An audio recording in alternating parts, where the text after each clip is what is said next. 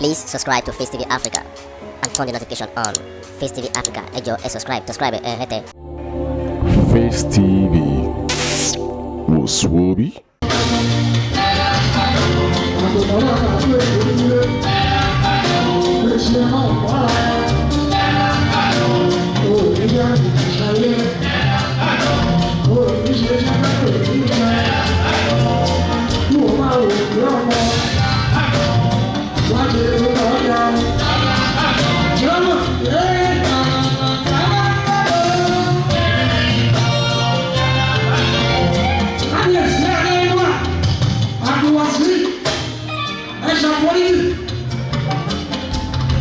Shobowale was free.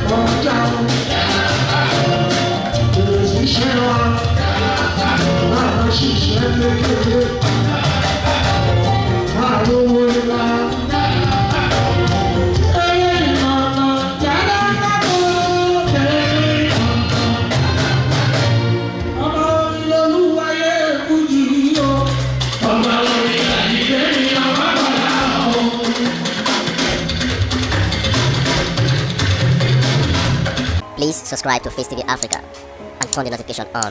Facetv Africa, ẹ jọ̀ọ́ subscribe hete. Face TV was Swoby.